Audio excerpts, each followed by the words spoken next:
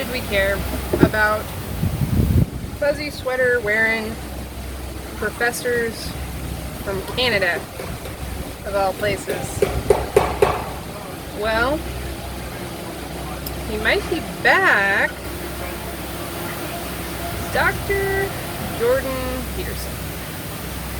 He is about to publish his, or maybe it's already published, I don't know, it's like in production, the Beyond Order book, the next in the 12 Rules for Life series. And I was thinking about it today, and it might be a decent time to talk about why I got to caring about this little professor from Canada. So I reviewed the index and looked around a little bit and thought I'd make a video. Hello, I am Sally Jo Michelson Cooper. Welcome to the edge of my mind. Let's jump off. Dr. Jordan B. Peterson.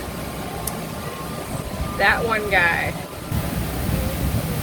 Why did I start watching that one guy? Well, in 2015, after a 7-year interlude of attempting to make the logical, make the reasonable choice to not go back to art college, I decided to go back to art college. And didn't get to go to the same one, but made it to another one, and I got there, and I waited 7 years to do a thing, you know? And there was something I didn't like.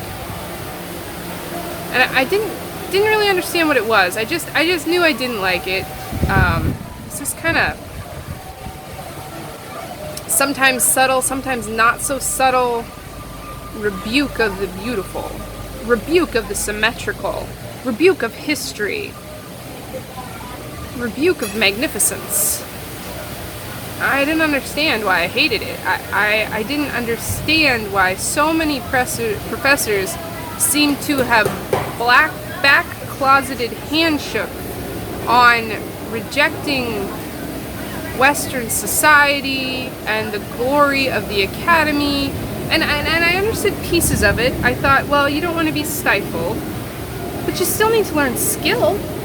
And I know that every time you make a formal school of an art, you push some people aside, and some people aren't going to fit, but there still should be a valid pursuit of realism, a valid pursuit of using translucent oil painting layers, a valid pursuit of figuring out complementary colors and harmony and how to sculpt. And I found pieces of it. Drawing can be pretty good, illustration is good, but then other places where I thought surely this space will still have something, we're bereft of it. Like, I thought graphic design would teach me how to use computer programs to do graphic design, but it's chocked full of really just opinions about beauty, and I couldn't understand it, and I was having a terrible time with some of my professors. And there's one particular quiet little painting professor who I came to like later, but my first class with him, I just gave him such a hell of a time, because he'd do a thing where he'd say something was assigned, and then it wasn't a reasonable time frame, and then I'd do it. I'd just stay up all night and I'd just do it. And then we'd get to class and 70% of people wouldn't have it done. And he'd be like, well, okay, I guess it'll be due tomorrow. And I'd be like, well, I'm done. And then he'd be like, well, now you have more time to do more of it. I'm like, no, now I have time to do my other subjects. And it was just like a big old thing. But I couldn't understand their framework. I I was stressing. I was feeling crazy. I was not understanding what the hell was happening. And I thought maybe I just didn't like any of these people, and that was making me really sad because I wanted to. I thought I should be able to. So, what am I doing? Well, I'd learned a lot of stuff on the internet. I went through the whole crash course, guys, trying to buffet my knowledge of some subjects that I hadn't. So I was familiar with the Crash Course brothers, and I had so appreciated them helping me fill in my gaps of knowledge, and I had clept a number of Common Core courses to get my associates done before I went to art school. So I thought I'll just figure out what I hate on the internet. So I started bouncing around the internet. Well, one of the things I was not intending on finding on the internet was Steven Crowder. And I listened to talk radio, and I don't know how exactly, but I was aware of Crowder somehow or another, and then I came across Louder with Crowder. And everything that was driving me crazy about art school, I was like, oh, it's not just me.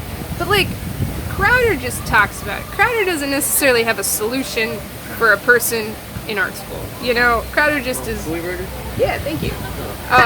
Just carrying on, having a good old time about it. I'm like, well, this is fun. It's nice to know I'm not the only person that's feeling this way.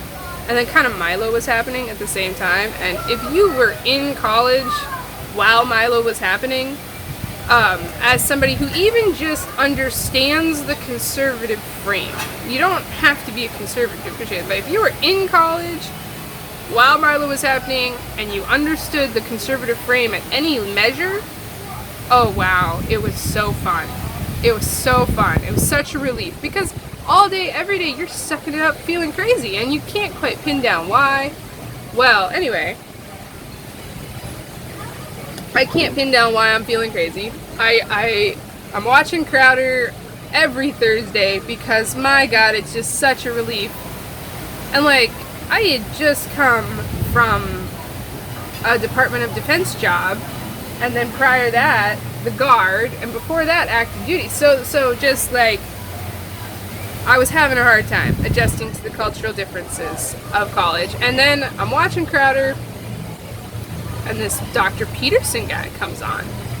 And I don't specifically remember what he talked about on that first episode that he was on Crowder, but I remember it was like nerves coming on in my brain that I had never known were there. And then I just started watching everything the man had ever made, and I went through the entire, just every college course. So I would do college all day and try and get my work done, and then as soon as I hit where I was working on projects or assignments that weren't like study type, that were just like manual doing them, especially in metals, you have a lot of time where you're like, literally, you're just sanding something. So I was listening to Peterson while I was working on projects. I was listening to Peterson when I came home. I was falling asleep listening to Peterson. And I listened to every one of the Maps of Meaning courses and all the things about symbology and history and these things that I'd been trying to pin down, like, what does Ouroboros mean? What does the cross mean? Why is the cross so similar to some of the Egyptian things? Like, all of that stuff just starts clicking for me, and I learn who Jung is, and then it was so complimentary too, because then I know what to do with art history. I know why art history and me aren't getting along, because as soon as you understand the corruption starts with postmodernism, and that spite against truth and the idea that there is no truth, when you start understanding that, then you can understand why beauty gets so demeaned. And you also understand how that hollowing out can allow only for ideology, basically ideology, Marxism, the glorification of ugliness. That's why when an ugly thing is brought into the room and says, this represents my repression as a woman, then you all clap. And you have to clap, because to not clap would to say there is truth. And if there is truth, that is not beautiful. And so once I understood where the postmodernism was, I could like my professors, because I could see where they began and where postmodernism started, and I could separate out what their problem was. And it's not so much as their problem, it's everybody's freaking problem, and they're embroiled in it. And then I could start figuring out what I liked, and that's actually not very long after Peterson is when I switched from painting to metalsmithing, because painting wasn't teaching any skill. And I'm not necessarily a mediums-based artist. I am a subject-oriented, narrative-oriented, emotions-oriented, like, I got a purpose. I got meaning. I got a story to tell, and I don't care if I was telling it in popsicle sticks. I want to tell it. Now, I have a bias towards arts with what is called intrinsic value. So the classical oil painting, the actually using copper and silver and like materials that will last, like marble, intrigues me, but I haven't done it yet. But I don't care to an extent. Like, if I could do it in cement and make it big and beautiful and enduring, that would be good. If I Xerox it and make it available 100,000 times across the internet and on stickers and things, that's good to me too. And so that flies in the face of both classical art and postmodernism, which surrealism always has. And in the most distinct sense, in many ways, I am very much a surrealist. Although I'm wondering if there's something else now, and it hasn't been properly defined yet, because surrealism, I'm like so sidetracking here, but I guess that's okay. Surrealism broke off when there was like Dada and Futurism and Postmodernism and Impressionism. Those things were all happening. I'm not sure I got that chronology right, but those things were all happening, and beside them, Surrealism happened. And Surrealism wasn't so much about the form of the representation as it was its own storytelling style. And that's, some people want to push it out of fine art and push it into illustration, which is kind of, I get it, but I wouldn't do that, but I get it. So anyway, Peterson for me happened while all that was happening, and it really, he so enriched every class, all those pieces, but then at the same time, he gave me the words for the things I couldn't understand. It helped me understand where my story was broken, and I haven't succeeded in completely putting it together yet, but I've started. I finally started putting my own story together. I started dealing with my own trauma from different life things in a better way, and then I'm in the process of figuring this all out. This is before his 12 Rules for Life dropped, so this is just, he's on the internet, he's fighting Canada for Canada wanting to put words in his mouth, he's getting protested, and I'm following it. Every new thing that comes out from him is like crack. Like, I need to know what's happening with Peterson, and because I'm reviewing his, like, I think it, like 6 or 7 years, maybe more than that, maybe I'm confused. I know it's like years and years of his lectures. I'm reviewing it right at a time where, like, I'm kind of in because my sophomore and my junior year were kind of combined, because I did all of my general electives as an associate degree and then kind of jumped right into my junior year of college. So it was like, I really know how to learn it now. So by 2017, I'm just like taking in everyone. I'm going to the library, I'm looking up Young, and like the Red Book was stolen from our school library, and I'm like, oh my god, it must be that good if it's stolen from the library. Anyway, so like that's all happening for me, and while that's happening, while I'm listening to Peterson every day and every night, his account gets banned by Google. Holy shit. His account gets banned by Google. And like, he's like a essential part of me getting my life together. He's like a pastor and a dad at that point, like, and a psychologist, all like in one. And like, I'm trying to figure myself out. I found a guy that has told me why so many things in my life are broken, and they cut him off. You want to make somebody like a super fan cut off their person that they're obsessed with with no explanation for like 24 hours, and then you're sure he's right. You're just like hands down 100%, you are certain that he's the one telling the truth. If the only thing they can do to rebut him is to just cut him off at his knees, and even if it was a mistake, and even if it was some a-hole in the back office, whatever, it still proves point. And so then I was just an ardent Peterson fan, and yeah, and I got his book, and I've been paying attention, and then listened to his biblical series, and then I found Paul Vanderklay, and I found the Vervaeke guy, and I started watching Eric Weinstein, and like it just opened a new world. And even though I haven't maybe found my place in the art world, I have found my art's place in its relevance, and I have found audience there, and like the intellectual talk that I was deeply, deeply hoping for from college came from those spaces. It came from the Peterson chat room, and the Weinstein chat room, and the Vanderklay chat room. It didn't come from the community hangout on campus much.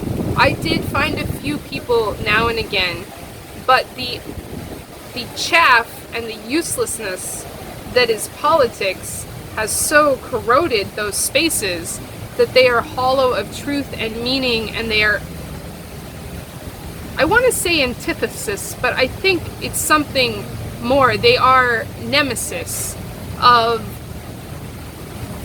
politics is nemesis of the politics and the philosophy that are by far more important and underneath of politics.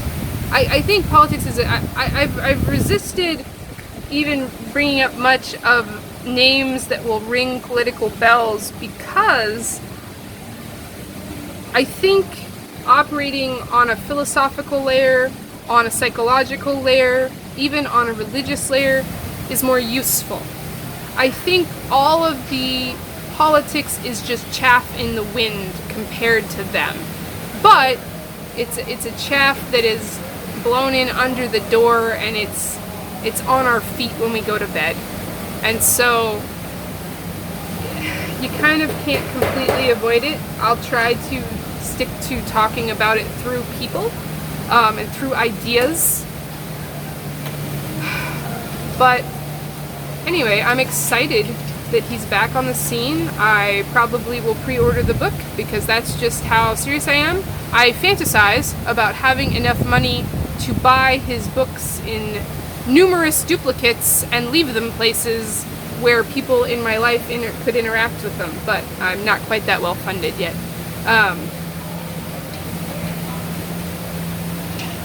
He did go off the rails. I'm not deluded, but the thing is, I don't know why you didn't expect that if you had watched everything. Not that I expected him necessarily to specifically have a problem with benzoids, but the way he was acting in earnest right before that, I had got real worried. I got real worried on a number of accounts. On one, he'd been really, really involved in many, many people's lives, and that makes you a target. And I was really afraid somebody would have killed him. And if I would have been on security at that one college where the guy jumped up on stage, it would have went a different way. And I don't know if that would have been better for him. But yeah. Anyway. Yeah, so I was relieved that there wasn't some kind of assassination attempt, or he didn't like crash on the highway because he'd been out too late or something, because when people get in that much earnest, you can tell they're burning. And it's because he felt like he had to go as fast and as far as he could. And when people have that kind of purpose, they often meet bad ends. And so the fact that it was only benzoids and it was only horrible hospital stays, And I know he almost died, but he only almost died. I was relieved. And I'm excited for him to come back and have another go at it, and I hope there can be a slower, steadier space.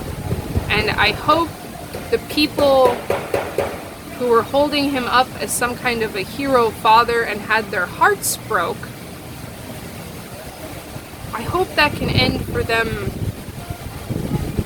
with fortune, because none of us get to be Christ. None of us get to be Buddha. That's not how that works. So you shouldn't be holding people to that standard. You should be remembering that people are people and trusting that people are people. And you should see even the best people have failures. And if they choose to, they can use them well. So I don't care. I don't care. I don't even care if he would have got addicted to bendos, even if his wife hadn't been dying of cancer, even if he didn't feel like the weight of his world was on his shoulders, if he had just been some Canadian psychologist who happened to get addicted to benzos, I don't care. I don't give a damn. He didn't stay addicted to them. He might have that problem in the future. He might get back to them. He might fade away and no longer be able to be useful to us. I don't care. When he could, he did what he could. And so, it matters. That's all any of us can do. And I'm really happy. And I can't wait.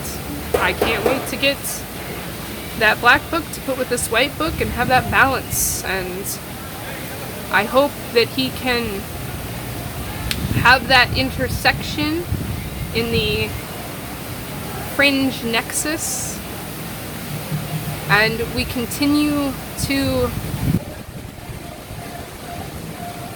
revive the soul of the world.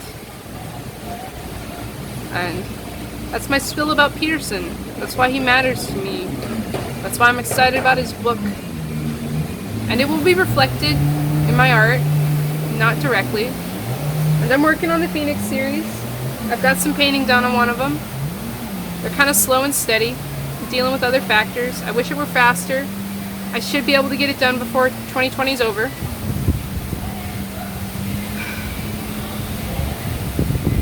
I want to say more, and I don't know why. Peterson's one of those people. If you haven't went down that rabbit hole, I don't know, maybe everything's good for you, and you don't have any existential dread, and you don't want to think about why everything is, but if you do, man, I recommend Maps of Meaning, and I recommend 2015, because he started realizing people were watching him, but he wasn't famous yet. 2015, 2016, they were great. Alright, so that has been me on 12 Rules for Life, and Peterson in general. Have a great day.